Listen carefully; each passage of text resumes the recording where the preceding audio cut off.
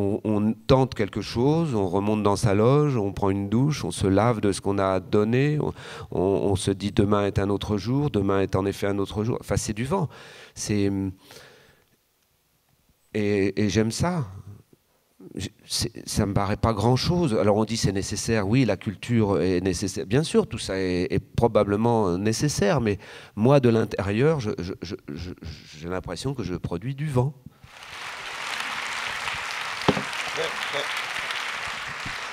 Jacques Camblin, vous êtes quand même un acteur assez insaisissable, inétiquetable.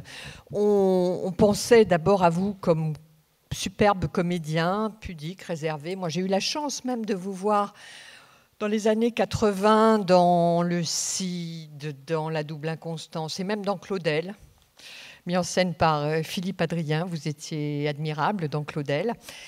Et puis, on découvre finalement un auteur qui joue délicieusement avec les mots. On l'a découvert avec Quincaillerie en 91, où vous étiez écrit un monologue sur vos années d'enfance, un peu. On le découvre aussi avec Le toucher de la hanche et quantité de spectacles que vous avez écrits, dont le dernier qu'on peut voir actuellement au Rond-Point. C'est votre 4e spectacle au Rond-Point, je crois, qui est... ça y est, je me souviens plus du titre.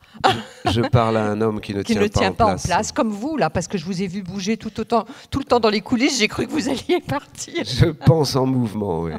Donc, vous êtes un auteur, vous êtes un sportif, un athlète.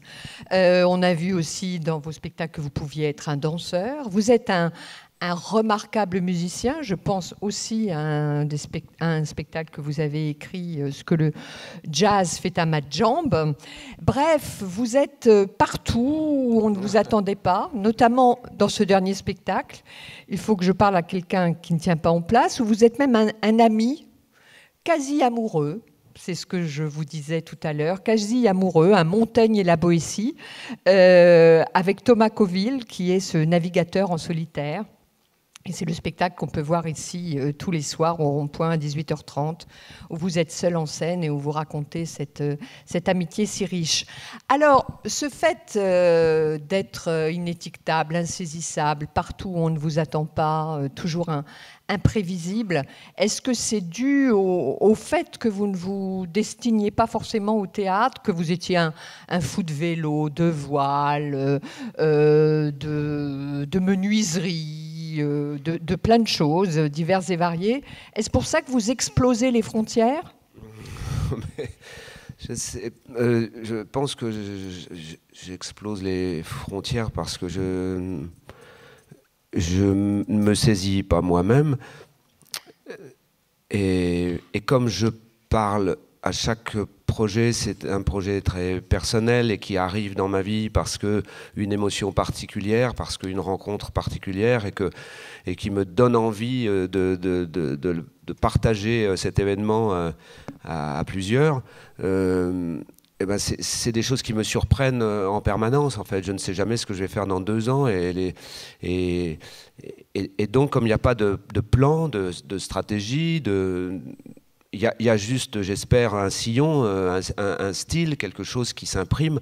Mais sur les sujets, encore que Pierre Note de la Maison, l'autre jour, m'a fait remarquer que tous ces spectacles parlaient quand même beaucoup d'amour et que c'est peut-être quand même le sillon principal. Mais enfin, après tout, je ne suis pas tout seul. Hein. C'est pas... mais peut-être aussi parce que, je ne sais pas, je suis né au bord de la mer et que les frontières sont invisibles. C'est difficile, mais je ne sais pas, voilà, je ne sais pas répondre. Je suis au plus près de moi quand arrive quelque chose, qui advient quelque chose dans ma vie et de quoi je peux en faire une matière théâtrale. Qu'est-ce qui décide chez vous de ce qui va faire matière théâtrale ou pas ? Vous disiez que vous ne pouviez pas faire de plan, pas de plan de carrière. Alors qu'est-ce qui... Les rôles au cinéma quand même ponctuent un petit peu. Là, quand vous choisissez longtemps à l'avance, vous ne pouvez pas travailler à l'impulsion quand même.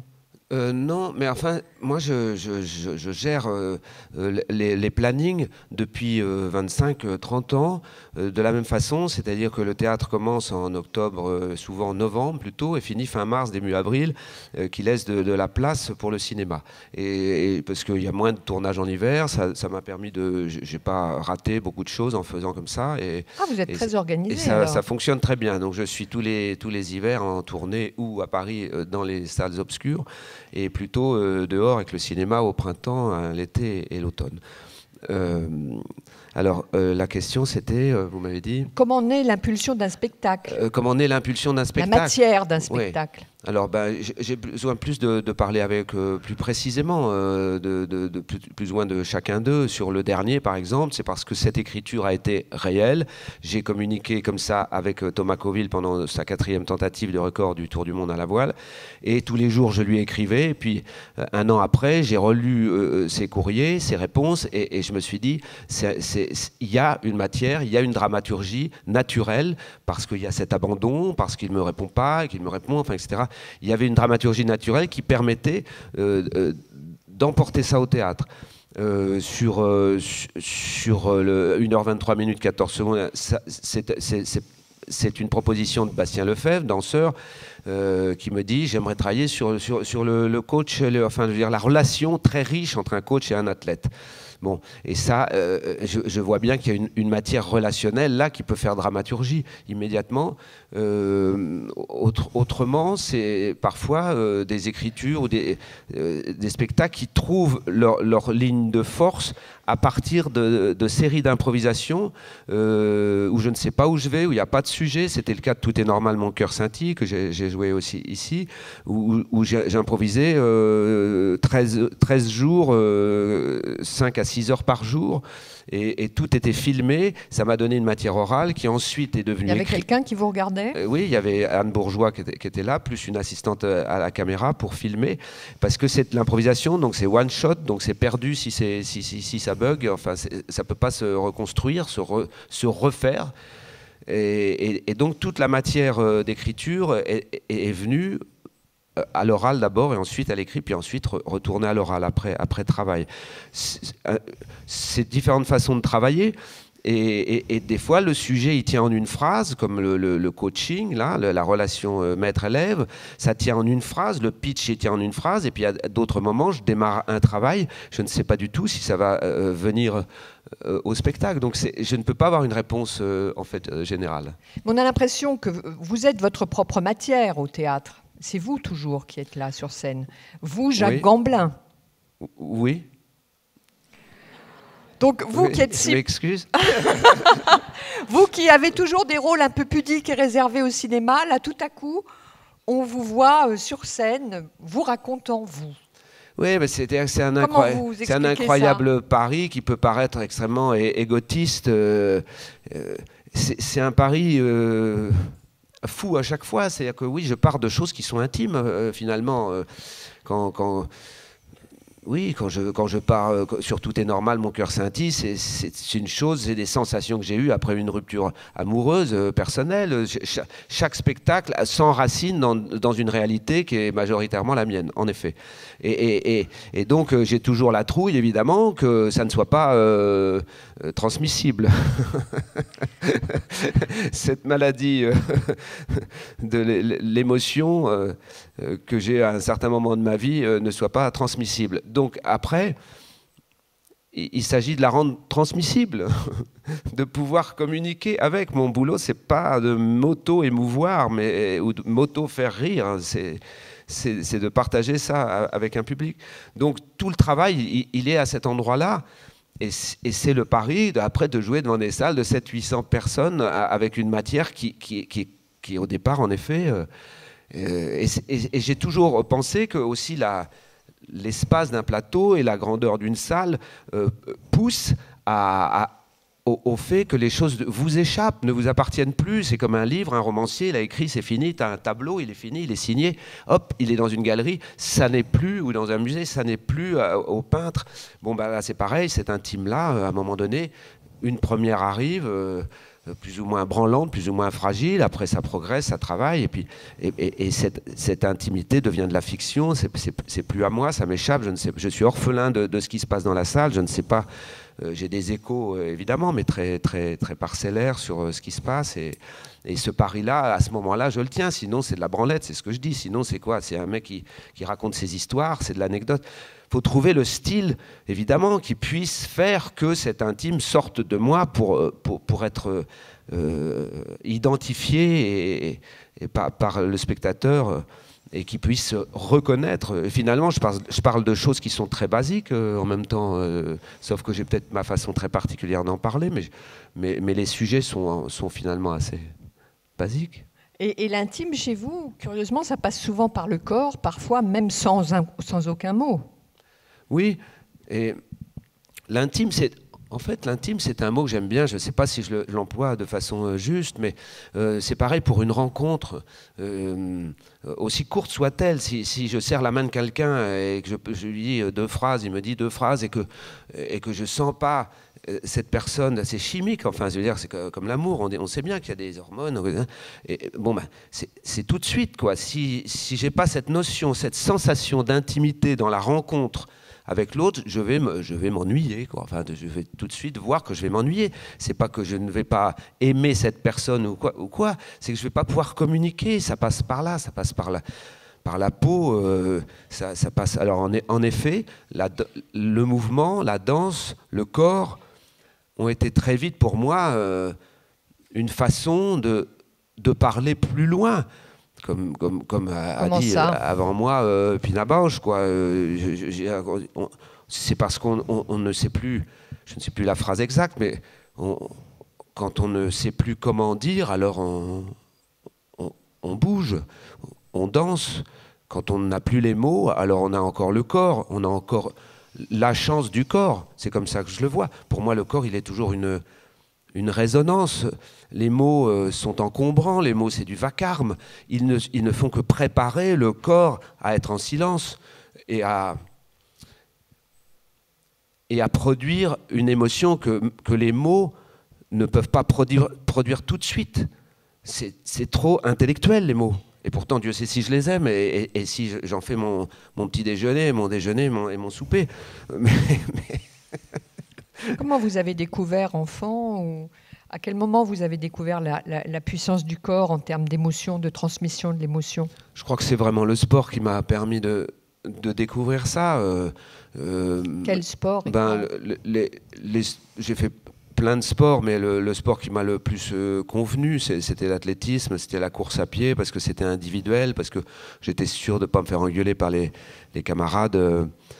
Parce que je passe pas le ballon assez vite ou parce que je suis pas au bon endroit au bon moment. Donc assez vite, j'ai commencé à courir, j'avais 11 ans et j'ai senti que là, si quelqu'un me faisait du mal, enfin ou veut dire me faisait des remarques ou des reproches ou des critiques, c'était moi-même. Donc je me suis arrangé avec ça, avec moi-même très vite. Et c'est vrai que c'est vrai que je finis encore là très souvent en solo sur des plateaux. Je ne sais pas écrire du dialogue. Et donc je pense que c'est le sport beaucoup. Et puis alors le sport c'est courir. Enfin courir c'est courir. C'est simple, croit-on. Mais dans l'athlétisme, il y a des tas de matières qui sont de la danse aussi. J'ai fait du 110 mètres haies, du 400 mètres haies. Ce mouvement est un... Je vais vous le montrer. Je suis à froid. Mais bon, voilà, on travaille sur des choses que les danseurs aussi travaillent.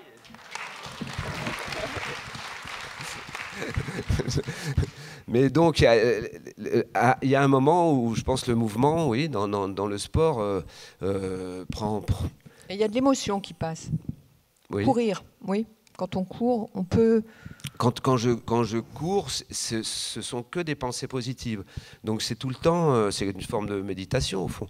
Et tout ce qui se passe dans ma tête, ça court, ça fout le camp, c'est fluide et surtout c'est positif, toujours.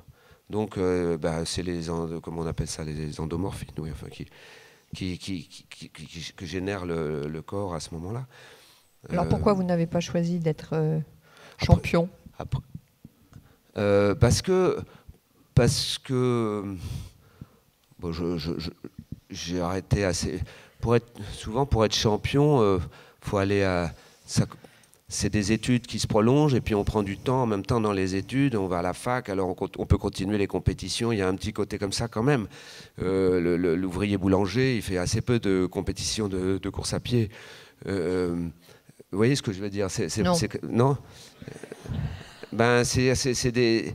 Faut être riche pour faire des compétitions, pas riche, du temps.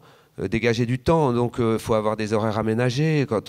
Bon, après, j'ai pas du tout, je pense que j'avais pas la capacité de toute façon à devenir un sportif de haut niveau. Mais en dehors de ça, or moi, je me suis mis à travailler à 18 ans dans une compagnie de théâtre, et là, c'est des travail jour et nuit, en gros, et donc il n'y avait plus de temps pour faire quoi que ce soit de sport. Vous étiez plutôt technicien au début? J'étais au début technicien, en effet, j'étais engagé comme technicien. J'y connaissais absolument rien à rien, mais la rencontre avec un directeur de compagnie du théâtre du Totem, en effet, m'a engagé comme technicien. Je sortais de la terminale A4 avec un bac qui m'a beaucoup servi. Et comment vous êtes passé? Donc, vous vous apprêtiez à être technicien de théâtre, et puis alors, mais vous aviez quand même le goût. Est-ce qu'il y a eu un déclic du théâtre? Est-ce que vous avez vu des spectacles dans votre enfance qui aient pu vous donner envie? Non, alors oui, enfin, j'ai vu 2 spectacles, peut-être. J'ai vu une fois. Vous viviez en Normandie, à Granville. À Granville, donc il y avait la Comédie de Caen qui venait parfois à Coutances, à 30 km. J'ai dû voir en effet Les Estivants, Gorky, et puis j'ai dû voir un Shakespeare, Le Roi Lear, qu'avait monté Michel Dubois. Je me souviens juste que contrairement à toute la classe, je m'étais mis au milieu de la salle. Je m'étais écarté du groupe pour rentrer dans la concentration du spectacle et pas me dire là on va être peinard derrière, on pourra je sais pas quoi faire. Je sais pas ce qu'il faisait. Et donc il y avait quand même un intérêt, une sensibilité, mais enfin c'était pas du tout un objectif, pas du tout. Je me suis retrouvé vraiment technicien de théâtre, mais même pas par désir. C'est juste, j'ai fait un stage de théâtre en été, et puis j'ai connu cette compagnie, et puis le technicien s'en allait, et Hubert m'a dit, je te forme si tu veux, si tu ne fais rien en septembre, je te forme. C'est-à-dire qu'on était au mois d'août, et puis moi j'ai dit, je vais faire des classes de mer, j'avais mon BAFA, je vais faire des colonies de vacances, je vais faire les vendanges, je vais ramasser les pommes, les cerises, le raisin, et ça finira par faire un salaire pour démarrer dans la vie, puisque mon objectif premier et unique, c'était juste d'avoir un salaire et d'être indépendant. Mais vous n'aviez pas d'ambition professionnelle? Non, je n'avais pas d'ambition professionnelle. J'avais surtout l'ambition de fuir l'université, parce que comme je vous expliquais, je souffre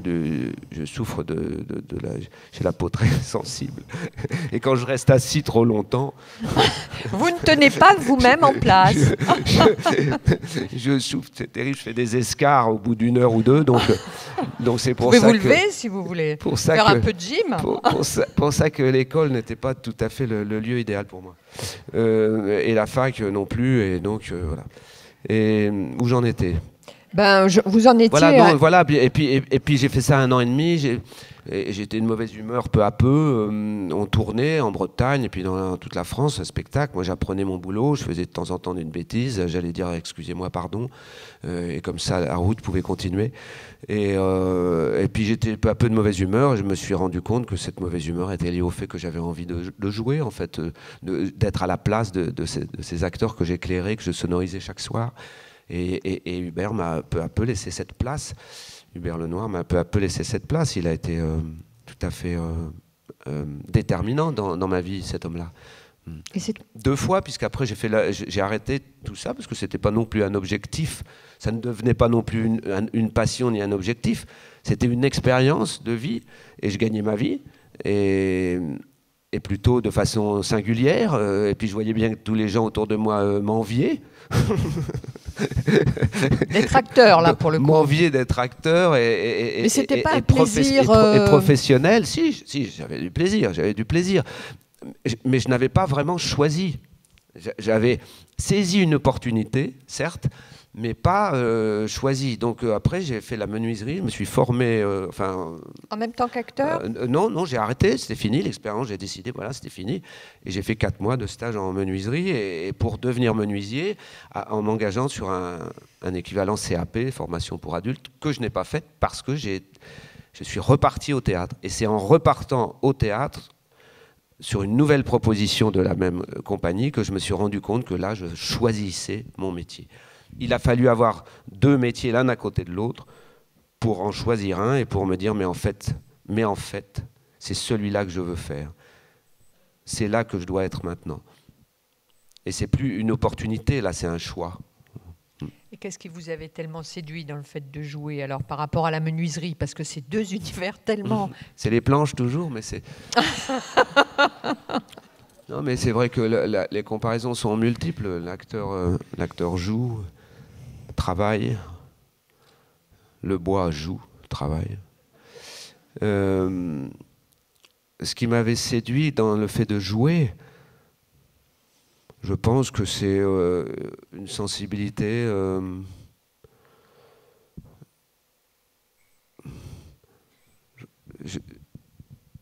L'autre jour, j'ai répondu à cette question, pourquoi faites-vous du théâtre? J'ai répondu parce que c'est du vent. Et j'aime bien produire du vent, en fait, de l'air, c'est-à-dire quelque chose qui ne reste que par effluve, par mémoire sensorielle du spectateur et de l'acteur. Chaque jour, c'est du théâtre vivant, donc... On tente quelque chose, on remonte dans sa loge, on prend une douche, on se lave de ce qu'on a donné, on se dit demain est un autre jour, demain est en effet un autre jour. Enfin, c'est du vent. Et j'aime ça. Ça me paraît pas grand-chose. Alors on dit c'est nécessaire, oui, la culture est nécessaire. Bien sûr, tout ça est probablement nécessaire, mais moi, de l'intérieur, j'ai l'impression que je produis du vent. Et je suis né dans un pays de vent, donc ça me fait plaisir d'en produire encore. Alors, qu'est-ce qui est important si ça, c'est du vent? Ben, c'est important de produire du vent. C'est immatériel, c'est abstrait, les émotions. Le rire, c'est quand même abstrait. Oui, c'est concret parce que ça fait des choses, parce qu'on a des frissons, mais... ce que ça fait à chacun, le voyage que ça produit en chacun de nous, au sortir d'un spectacle qui vous touche, c'est très difficile. C'est comme un voyage, ça ne se raconte pas. C'est exactement ce que je dis dans le spectacle tous les soirs. On ne peut pas raconter un voyage. C'est ce qui t'arrive quand tu reviens à terre, n'est-ce pas? C'est une autre solitude, celle de ne pouvoir raconter. Et ben, pour moi, un spectacle, c'est ça, c'est un voyage. C'est pour ça que je déteste la surcommunication sur un spectacle, parce que d'un seul coup, c'est comme si on disait, voilà, au restaurant, voilà ce qu'il va y avoir dans votre assiette, et voilà le goût que ça va vous faire dans votre bouche, et voilà la digestion que vous allez faire avec, et voilà demain comment vous allez vous sentir après avoir mangé cet excellent... Eh ben, c'est trop. Moi, j'aime bien ne pas savoir. Je fais en sorte, quand je vais au cinéma ou au théâtre, de ne rien savoir, de ne pas lire trop de choses, de ne pas écouter trop de gens, juste les gens qui disent « Tiens, va voir ça, je pense que ça va te plaire ». C'est amplement suffisant. Parce que je trouve qu'on gâche la fête. Et la fête, elle est faite du rien, de ce que je dis, de ce vent-là, de ces impressions d'impression. Pourquoi une émotion, la plus belle des émotions, je pense, en tout cas pour moi, c'est quand on ne sait pas d'où est venue. Dans American Beauty, je vois le film, et puis je vois ce sac plastique qui fait comme ça pendant 10 minutes. Enfin, c'est la mémoire que j'en ai, c'est un plan assez long, et je suis en larmes, et je n'ai toujours pas compris pourquoi. Ce sac plastique qui vole comme ça et qui m'a mis en larmes. Eh ben, c'est ces émotions-là dont on se souvient, celles dont on ignore le sens, dont on ignore le parcours. Vous voyez, je laisse en l'air parce que c'est ça les émotions. Vous venez d'un pays de vent aussi, hein, vous l'avez dit, la Normandie. Quelle enfance vous avez eue et est-ce qu'elle a un peu conditionné l'artiste que vous êtes aujourd'hui? On l'avait vu dans Quincaillerie où vous racontiez un peu, vos parents tenaient une quincaillerie. Oui. Oui, enfant de classe moyenne, commerçant, petite ville, 14 000, 15 000 habitants, au bord de la mer, port de pêche, la baie du Mont-Saint-Michel, les grandes marées, les plus grandes marées d'Europe, 14 mètres de marnage, entre haute mer et basse mer. Donc tout ça, c'est des paysages forts. Alors après, des paysages forts, on est tous nés quelque part et on peut tous dire on est un paysage fort. Paris, c'est un paysage fort aussi.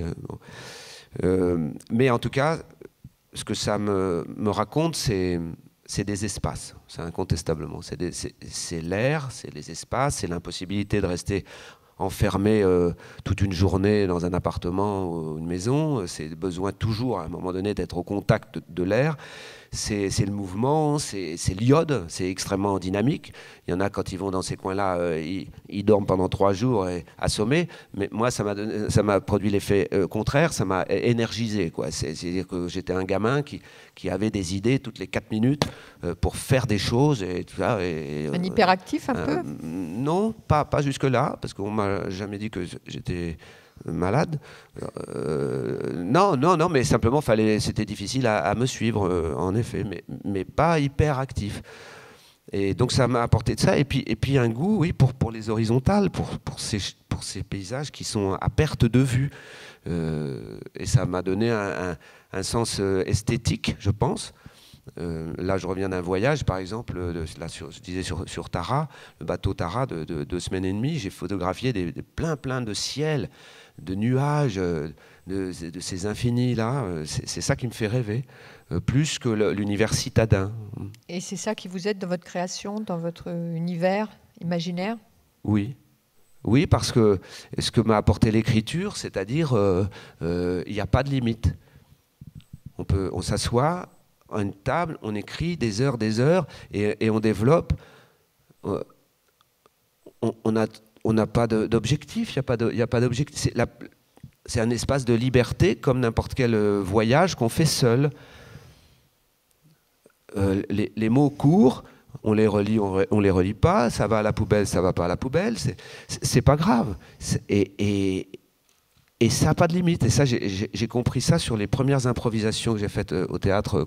C'était quand ça ? Au tout début, dans cette compagnie, sur le clown, sur la commedia dell'arte et tout ça. Et là, je me suis rendu compte, l'imaginaire n'a pas de limite, et que ça repoussait les murs de cette liberté qu'on ne se donne pas, et qu'il y avait un espace de liberté infinie qui est l'improvisation, et qui est aussi donc l'écriture. Et d'avoir dans sa vie un espace où on sait qu'on peut, si c'est destiné à personne qu'à soi-même, on peut ouvrir des chemins, des horizons pour soi qui me rendent heureux. Puis après, si ça tient la route, alors on les partage. Et je pense que c'est ça que ces paysages m'ont offert. Le goût de cette liberté-là, le goût d'ouvrir des mondes, d'imaginer, le goût de l'imaginaire, le goût de...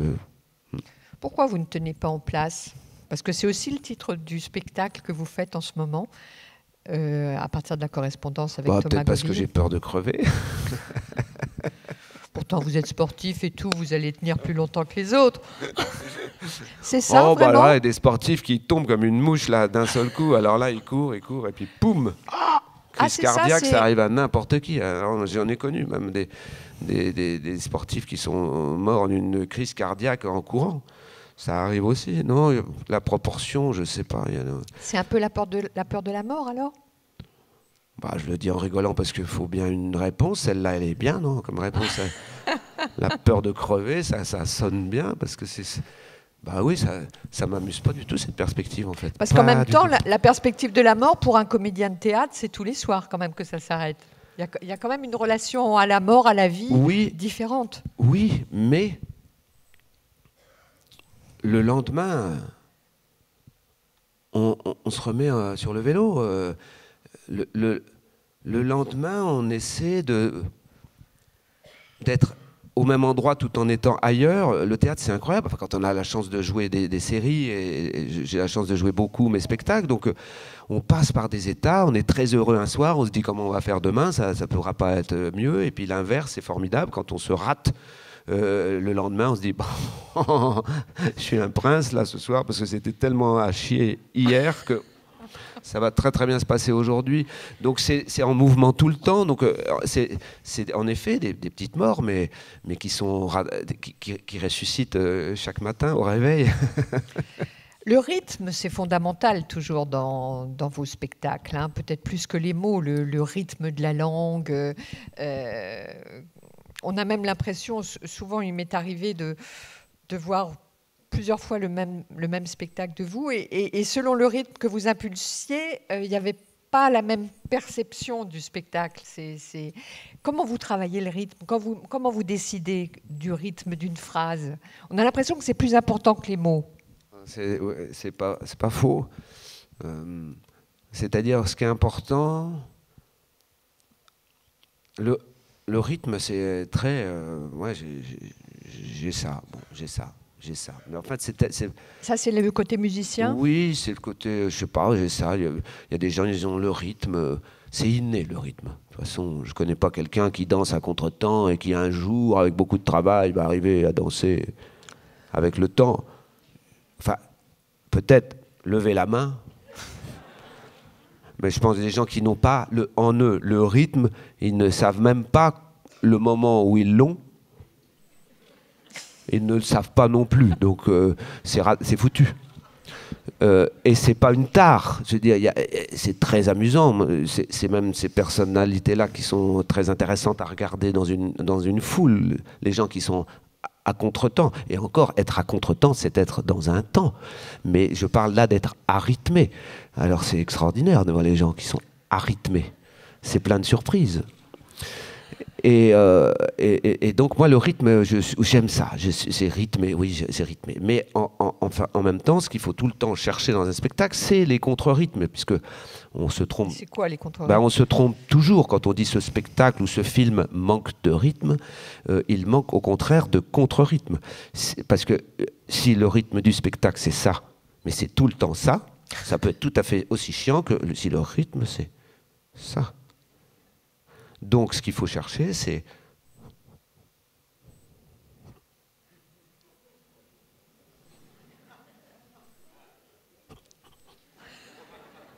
et là, les gens s'ennuient moins. Vous voyez, tout de suite, j'ai vu, vous vous ennuyez moins. Parce que vous vous dites, qu'est-ce qu'il va faire? Une fois qu'il a fait ça, est-ce qu'il va faire ça ou il va faire ça? Ou hop, hop, on ne sait pas. Et donc, c'est du suspens, c'est donc du suspense. Et là, alors, on peut construire quelque chose autour de cette tentative impossible, hein, de tenir en haleine un public. Enfin, impossible. Je veux dire, je me comprends, c'est quand même un truc, c'est une trouille, c'est une paranoïa permanente. Est-ce que les gens ne vont pas s'ennuyer? C'est le premier truc qui me vient quand je monte un spectacle.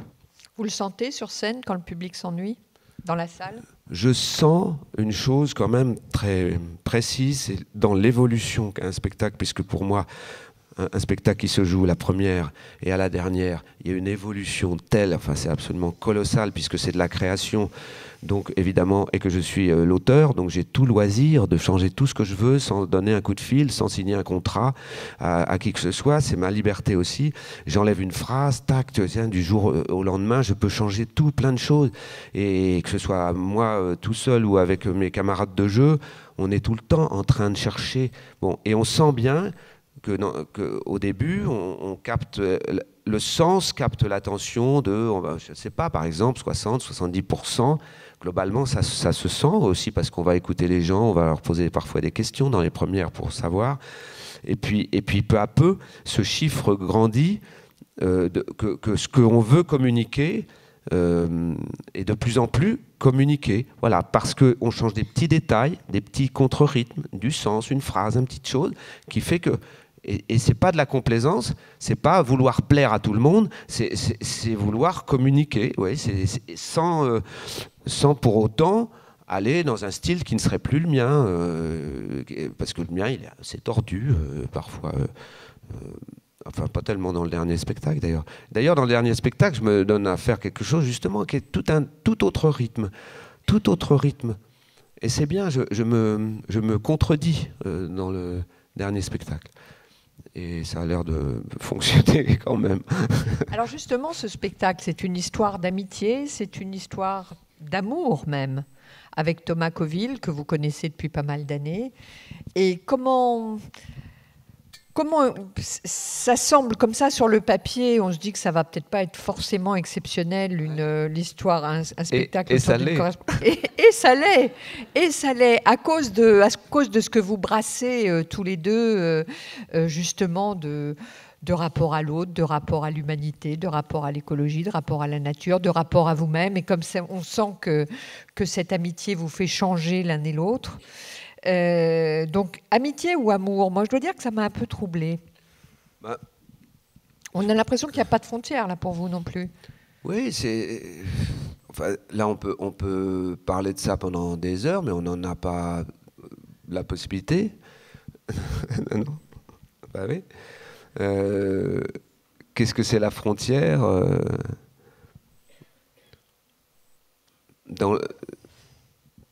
je sais pas, dans le sentiment, je sais pas. Après, il y a évidemment le sexe qui semble être une frontière, non, entre l'amitié, l'amour, la consommation. Enfin, je veux dire comment on dit là. Mais je sais pas dire. Moi, je dis je t'aime à mes amis, à certains de mes amis, je leur dis je t'aime. Et c'est vrai que dans ce spectacle, enfin dans cette relation que j'ai eue avec Thomas à ce moment-là, oui, je lui ai dit je t'aime, je suis avec toi, je t'accompagne, je suis loin mais tout près. C'est une question impossible à répondre. L'amitié, l'amour. Est-ce qu'il y a des amitiés? On voit dans le spectacle à quel point votre amitié a pu l'aider à résister, parce qu'il vous avoue des choses étonnantes. Hein. Je vous conseille de lire le livre que j'ai lu après le spectacle, qui est magnifique aussi, qui raconte 3 correspondances autour de 3 courses. Hein, absolument, absolument. Donc, à un moment, il avoue toutes ses lâchetés, toutes ses peurs, enfin... Bref, on comprend tout ce que vous lui avez pu lui apporter, mais vous, est-ce qu'il y a des amitiés professionnelles, artistiques, qui vous ont changé? Il y a des amours qui m'ont changé, bien sûr. Mais toujours, sinon... Enfin, les amitiés, ça sert enfin, je ne sais pas si ça sert à ça, ou les amours, ça sert à découvrir des mondes. Si ce que vous me demandez, c'est quel nom de gens connus qui m'auraient changé, qui étaient des amis professionnellement, non. Parce que cinéastes, des metteurs en scène. Je suis très, très fort lié aux gens quand je travaille avec eux, et les amitiés, ce que j'appelle les amitiés de travail, mais autrement, le temps est trop court pour développer, pour continuer à être en relation, etc. Je parle souvent, je dis souvent que Philippe Avron a été pour moi une forme de joli phare comme ça dans ma vie de spectateur et d'auteur et de présence au plateau. Mais autrement, non, je peux pas dire ça. Il y a des gens que j'admire beaucoup, oui, mais ils ne sont pas des amis. Je ne suis pas ami avec Jacques Tati et pourtant, je trouve qu'il a fait du bon boulot. Vous-même, vous revenez, la mer, la voile, c'est important. Vous disiez que vous reveniez d'une grande c'est pas une expédition sur le Tara. Est-ce que vous pouvez nous dire ce que c'est que ce bateau et pourquoi vous avez fait ça? Parce qu'en plus, vous êtes assez engagé écologiquement. Ça finit par, oui, se savoir un tout petit peu que j'ai des affinités avec avec notre planète. Je suis assez copain avec notre planète, donc j'aimerais bien qu'on le soit tous, toujours un tout petit peu plus. Tara, c'est un bateau qui fait de la recherche scientifique. C'est la fondation Agnès B qui a racheté ce bateau à Peter Blake, un grand navigateur, et qui donc a fait un bateau d'expédition avec des missions essentiellement de prélèvement. Et donc, il y a eu en 2009-2010 Tara Océan, où ils ont fait des prélèvements de plancton sur tous les océans du monde. Ces micro-organismes qui vont du petit micron jusqu'à la méduse, et qui sont des organismes des fois unicellulaires, donc le zooplancton qui sont des animaux, et puis le phytoplancton qui sont comme des algues, du végétal, quoi. Et donc, non, je continue parce que là je suis parti dans le temps. Et là c'était une mission, donc tous ces petits prélèvements de plancton, dans une bouteille d'eau de mer comme ça, il y a 50 000 à 100 000 variétés de plancton. C'est important, le plancton? Alors c'est important, pourquoi? Parce que c'est comme ça qu'on respire, c'est-à-dire il y a les forêts, il y a la photosynthèse, il y a l'absorption du carbone et le rejet de l'oxygène qui nous permet à nous de respirer aimablement ici dans cette salle, et 50 autres %, c'est la biomasse du plancton, des océans. Et 50%? Oui.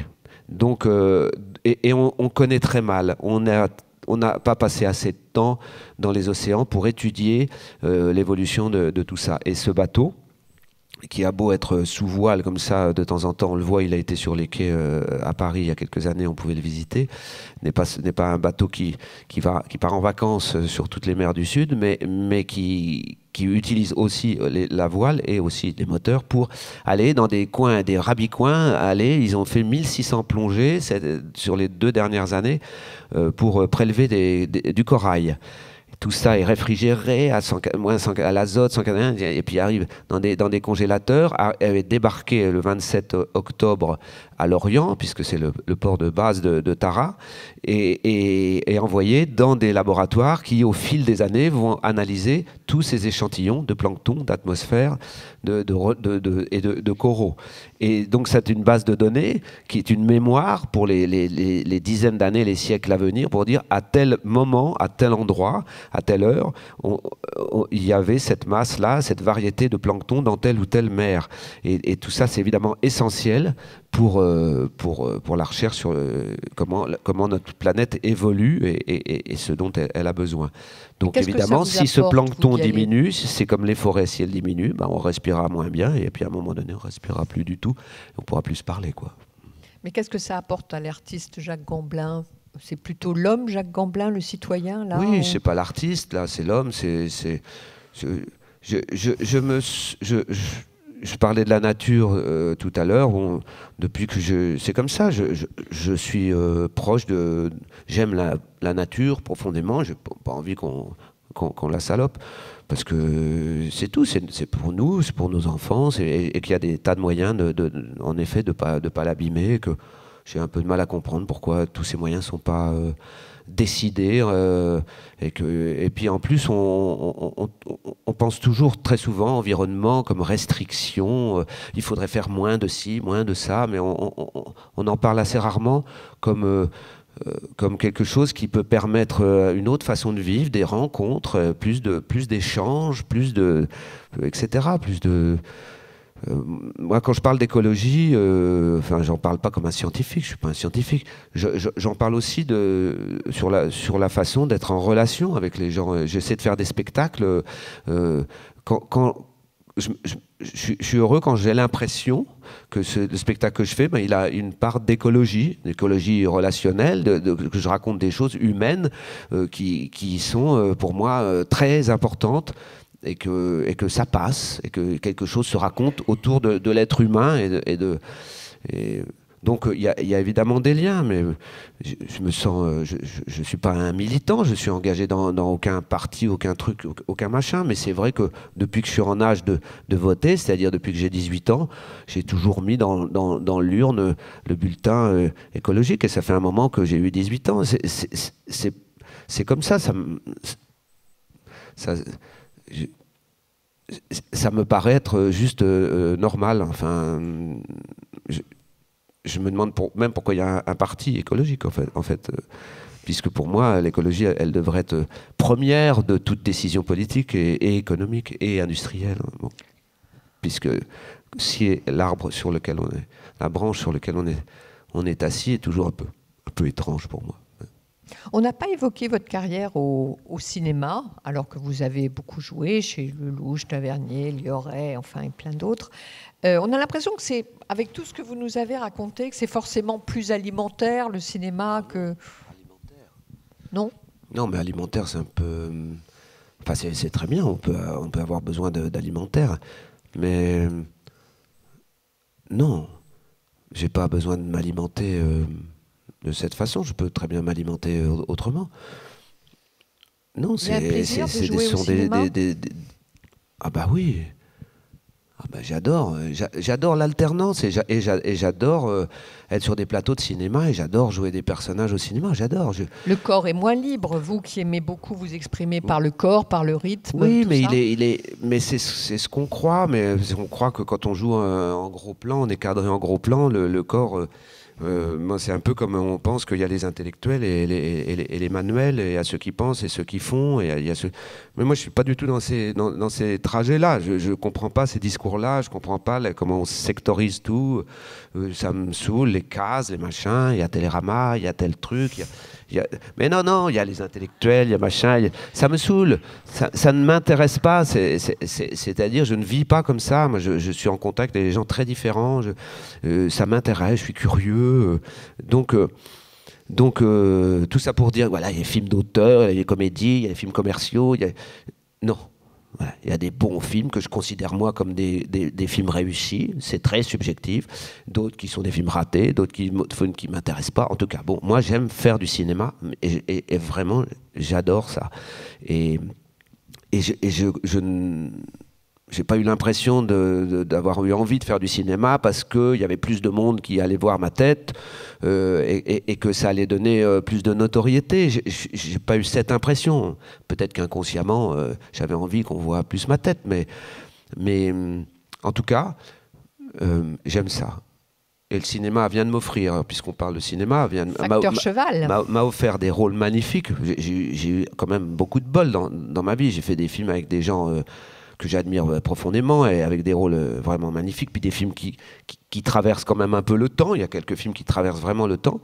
Alors bon, je m'en fous de la postérité, mais n'empêche que ça veut dire que quand même, traverser du temps, c'est traverser des gens, c'est traverser des générations. C'est plutôt joli, je trouve.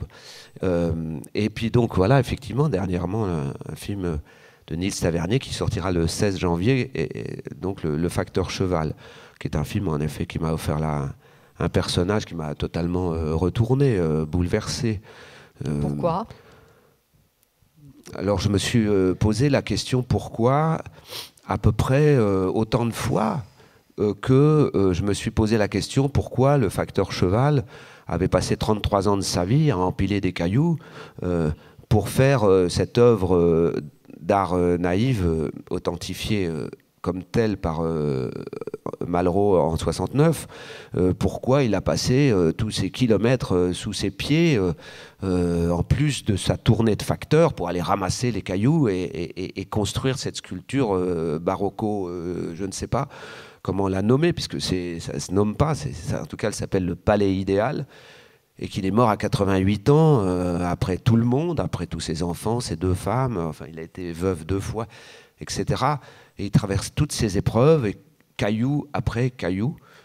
Et pourquoi il a fait ça ? Ben, je me suis posé la même question pour moi. Pourquoi j'ai été bouleversé par ça ? Et je ne sais pas. En tout cas, je sais que ça m'a Vous allez retourné. dire peut-être. Non, mais peut-être.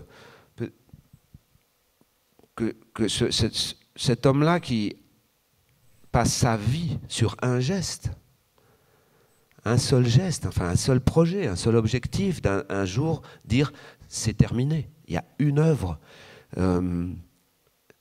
et qu'il a donné un sens à sa vie de cette façon, ça peut paraître absurde pour les gens qui viennent visiter. On ne sait pas quel avis avoir sur cette œuvre, mais on sait que ça a été fait par un homme à la sueur et pour rien et pour tout à la fois. C'est cosmique, c'est son rapport de petit homme qui met pierre après pierre sur une œuvre qui s'érige comme ça, et ça dure une vie, et il laisse une trace. Ben, tout ça, voilà, tout ça, moi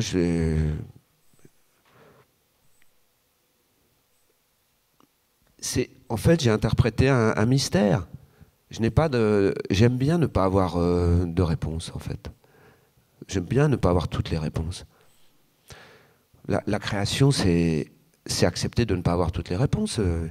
Il a fait ça parce qu'il a eu un besoin urgent, qui dure toute une vie, de faire ça. Et c'est chacun qui a cette petite flamme, toute petite. Moi, je pense que chacun a en lui cette petite flamme pas forcément de la création, mais de faire bien quelque chose, de rêver quelque chose, des fois de mettre en œuvre ce rêve, ou pas. Mais c'est ça qui est intéressant chez l'être humain. Sinon, c'est quoi juste c'est quoi? Une vie qui passe. Bien sûr, mais c'est déjà ça. On est tous une vie qui passe. Mais je sais pas. Merci Jacques Gamblin. Est-ce que vous avez des questions à poser à Jacques? Je me permets de dire Jacques. Alors là, je ne vois pas bien. Il y a un micro qui va... Ah, madame. Allez-y, madame. Oui, bonjour. Ça marche. Bonjour. Jacques Gamblin, vous aviez fait une très belle série à la télévision. Je crois que ça s'appelait Les Disparus. Les Oubliés. Les Oubliés, pardon. Une très belle série policière. Et je voudrais savoir ce que vous avez tiré du fait de faire une série à la télé et si éventuellement vous envisagez d'en faire un jour une autre. Alors, j'ai pas fait la suite. En effet, c'était comment Les Disparus. Oui, j'ai aimé faire ça. J'ai beaucoup aimé faire ça. C'est énormément de temps, les séries. Hein. C'est beaucoup de temps de tournage. C'est énorme. Et c'est pas le fait que j'envisage ou pas. C'est que les choses vous sont proposées ou pas. Récemment, on m'en a proposé, puis ça a été sans suite. Et tout dépend, c'est toujours pareil, tout dépend de ce qu'il y a dans cette série. C'est pas le principe de la série. La série, en ce moment, c'est vrai que ça a grandi depuis une dizaine d'années énormément. Et s'il y a un personnage et que j'ai envie d'aller tous les matins au réveil jouer ce personnage pendant 3 mois et demi, 4 mois, éventuellement avec une autre saison derrière, 3 mois et demi, 4 mois, il faut vraiment juste avoir envie de jouer ce personnage et puis que l'histoire vous plaise. Donc bien sûr, pourquoi pas, bien sûr. Mais c'est pas moi qui décide, c'est pas moi qui écris les séries, c'est pas moi qui les mets dans ma boîte à lettres. Donc voilà, il faut que ça se présente. Madame, vous voulez poser une question? Oui, moi je voulais vous remercier parce que je suis venue samedi soir hein, et vraiment c'est un très très beau spectacle, c'est extrêmement touchant. Je vous assure, ça, même dimanche encore, même aujourd'hui, en plus je suis très touchée parce que c'est la mer, le vent, les bateaux. Je suis d'origine bretonne, hein, donc ma mère était lorientaise, mon père était des Côtes du Nord à l'époque, maintenant Côte d'Armor. Ils sont venus à Paris, mais ils sont repartis. À la retraite, il fallait absolument que mon père reparte dans la baie de Saint-Brieuc, on avait une maison, on avait les bateaux, les... Alors, posez-nous votre question, madame. Oui. Ma question, non, ben oui, excusez-moi, c'est une entre-parenthèse. Ouais, je suis désolée. Bien sûr, bien je suis sûr. désolée parce que je suis très touchée par le spectacle. Ouais, c'est ce que je ressens. Parce que Monsieur Jacques Gamblin, il a une diction extraordinaire. Sur scène, il bouge, mais vraiment, on voit. Donc c'est juste un cri d'amour. Pas de questions? Attendez, vous permettez, madame? Bon, voilà. Parce qu'il y a Sinon, d'autres je rends le questions. micro. Ce que je voulais dire, c'est que ce qui m'a énormément touchée, c'est aussi cette mise en scène. Ah, c'est époustouflant de voir là, c'est le bateau, les vagues. On a l'impression de voir le vent. Voilà. J'en dis pas plus parce qu'apparemment je dérange. Mais en tout cas, merci beaucoup. Et il y a plein de gens autour de moi qui vont venir voir votre super. spectacle. Merci infiniment. Merci, madame. Merci. Mademoiselle.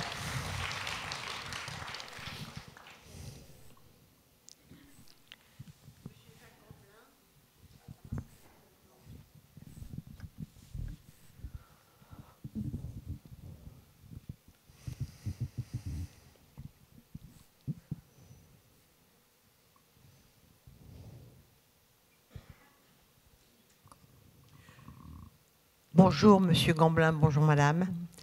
Je tiens à vous remercier pour tous les beaux moments que vous nous avez offerts depuis que vous êtes au cinéma. Mais là, je voudrais vous féliciter et vous demander, parce que je vous ai vu dans le jazz et ma djembé, et je voudrais savoir s'il y a sur cassette, parce que dans ce spectacle, je trouve que vous donnez vraiment le meilleur de vous-même, et je voudrais savoir, pour pouvoir l'offrir à des gens qui ne peuvent pas venir au spectacle, je voudrais savoir si c'est en cassette. Voilà. Alors vous tombez très bien, puisque le DVD de ce spectacle, ce que le jazz fait à ma jambe, doit sortir aujourd'hui ou demain. Enfin, en tout cas, il devrait être, il est peut-être, j'ai passé trop vite tout à l'heure à la librairie, voir s'il est là dans la librairie, mais la captation a été faite pour Culture Box au Théâtre de l'Atelier, et c'est par la Compagnie des Indes, et donc on a décidé d'en faire un DVD avec le livret du texte, où il n'y a pas tous les textes, mais enfin, quand même, l'essentiel des textes de ce slam que je disais sur scène. Donc voilà, alors vous pouvez pas mieux, votre question tombe à pic.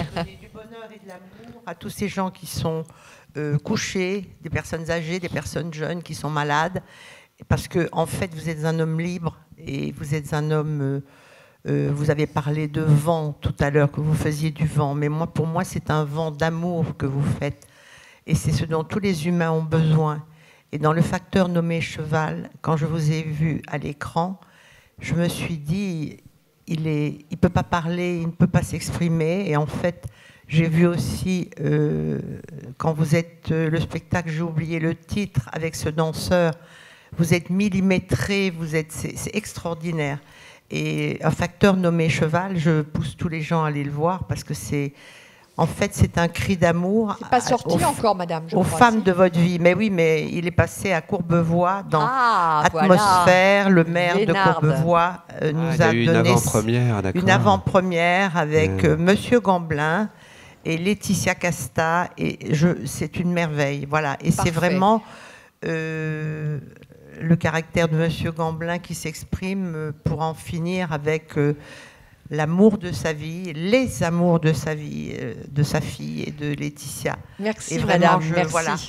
Mademoiselle, vous vouliez poser une question? C'est parmi les premières spectatrices de ce film, puisqu'il sort le 16 janvier, en effet. Monsieur Jacques Gamblin, qu'est-ce que vous diriez... Je suis ici, voilà. Qu'est-ce que vous diriez à une jeune femme de 25 ans qui est presque prête à tout pour jouer, mais qui vient de nulle part, qui n'est personne, mis à part que ça va être difficile et que c'est aussi une question de rencontre et d'opportunité quand celles-ci se font rares?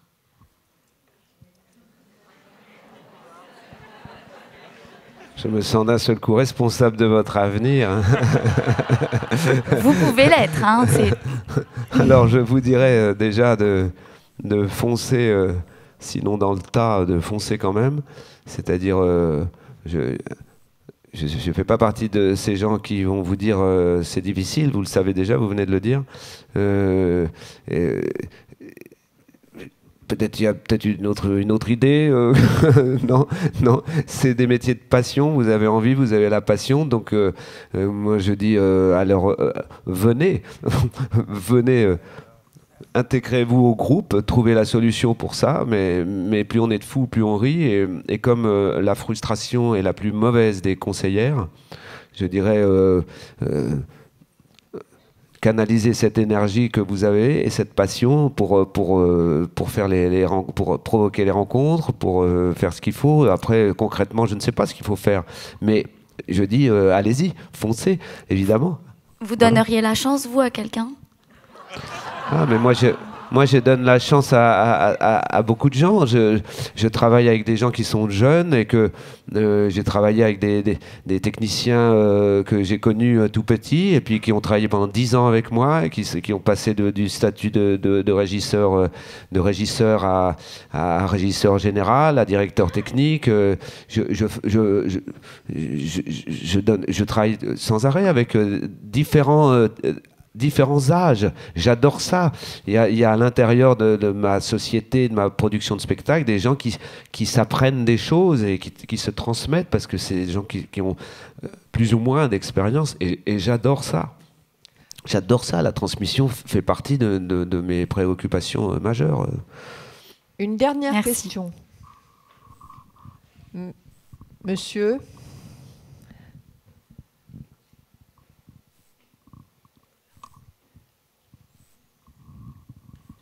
Monsieur ?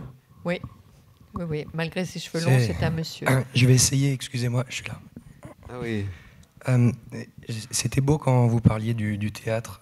Est-ce que c'était pour vous, cette espèce d'énergie éphémère, la spontanéité? Est-ce que vous pourriez décrire ce qu'est pour vous le cinéma? Parce que c'est pas la même chose du tout. Ça s'inscrit dans le temps, c'est gravé. Alors comment vous le voyez? Est-ce que vous pourriez le décrire? Et pourquoi ça vous plaît?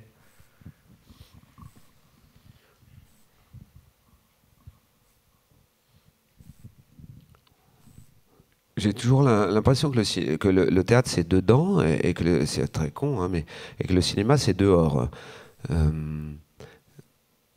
Aussi parce que c'est assez vrai qu'on se retrouve dans des endroits qu'on n'aurait pas imaginé. Il y a des gens qui s'appellent des repéreurs et qui vont chercher des endroits un peu particuliers pour certains décors et tout ça. Et j'adore cette curiosité déjà. C'est très bête, c'est très banal, mais de découvrir des endroits. Bon. Ensuite, sur le plan finalement de la construction d'un personnage, je fais pas une énorme différence. En fait, vous savez, moi je travaille au cinéma comme au théâtre. J'ai le scénario, ok, c'est bon, on fait le film. Alors, 1 mois et demi à peu près ou 2 mois avant de commencer le tournage, j'apprends toutes mes phrases, toutes mes répliques.